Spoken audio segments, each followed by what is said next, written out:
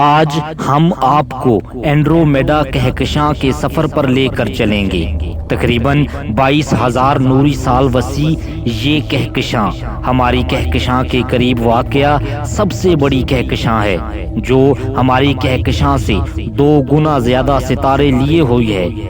400 کروڑ ستاروں پر مشتمل یہ کہکشاں اینڈرومیڈا کے نام سے جانی جاتی ہے۔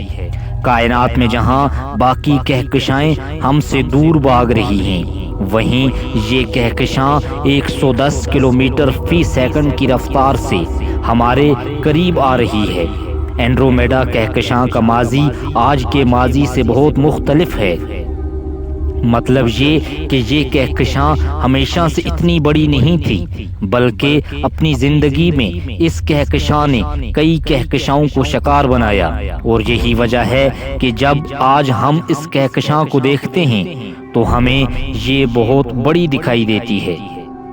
ہماری کہکشاں سے 2.5 ملین نوری سال دور اس کہکشاں کی طرف سفر کرنا آج کے جدید دور میں ناممکن ہے، لیکن تصور کریں کہ ہمیں کس نے روک رکھا ہے۔ تو آئیے ہم تصور کرتے ہیں کہ کیا ہوگا اگر ہم اس کہکشاں کی طرف سفر کرتے ہیں۔ ہمیں کیا کیا حیران کن چیزیں دیکھنے کو ملیں گی۔ یہ کہکشاں ہماری کہکشاں سے 2 گنا زیادہ بڑی، اور یہ خیال کیا جاتا ہے کہ ہماری کہکشاں کی نسبت یہ کہکشاں 25% زیادہ روشن ہوگی۔ اس سفر پر نکلنے کے بعد آپ کو اینڈرومیڈا کہکشاں کے اندر بہت سارے ستارے دیکھنے کو ملیں گے، اور یہ ستارے ایک دوسرے سے بہت ہی مختلف ہوں گے۔ آپ کو یہاں پر سب سے پرانے ستارے دیکھنے کو ملیں گے۔ یہاں پر آپ نئے ستاروں کا نظارہ بھی کر سکیں گے، لیکن اس کے علاوہ یہاں پر آپ کو ایسے ستارے بھی دیکھنے کو ملیں گے جو ایک دوسرے کے گرد گھوم رہے ہیں۔ جی ہاں، میں ستاروں کی بات کر رہا ہوں کہ 2 ستارے ایک دوسرے کے گرد گھوم رہے ہوں۔ یہ کائنات میں ایک عام سی بات ہے، بلکہ ہماری کہکشاں میں بھی ایسے ستارے موجود ہیں جنہیں بائنری سٹار سسٹم کہتے ہیں۔ اس کے علاوہ آپ کو 3 ستارے بھی ایک دوسرے کے گرد گھومتے ہوئے دیکھنے کو ملیں گے، جنہیں ٹرپل سٹار سسٹم کہتے ہیں۔ اینڈرومیڈا کہکشاں کے اندر آپ کو ڈبل نیوکلس دیکھنے کو ملیں گے۔ مطلب یہ کہ جیسے ہماری کہکشاں کے سینٹر میں ایک سپر میسو بلیک ہول موجود ہے، جس کی وجہ سے ہماری کہکشاں کا سینٹر بہت ہی روشن دکھائی دیتا ہے، اسی طرح اینڈرومیڈا کہکشاں میں بھی یہ سینٹر موجود ہے، لیکن یہ ایک نہیں بلکہ 2 سینٹر ہیں۔ جی ہاں، اس کہکشاں کا ایک سینٹر ایک بہت ہی بڑے بلیک ہول پر مشتمل ہے، جو ہمارے سورج سے 200 ملین گنا زیادہ بڑا ہے، اور اس کا سائز ہماری کہکشاں کے سینٹر میں موجود بلیک ہول سے بھی زیادہ بڑا ہے۔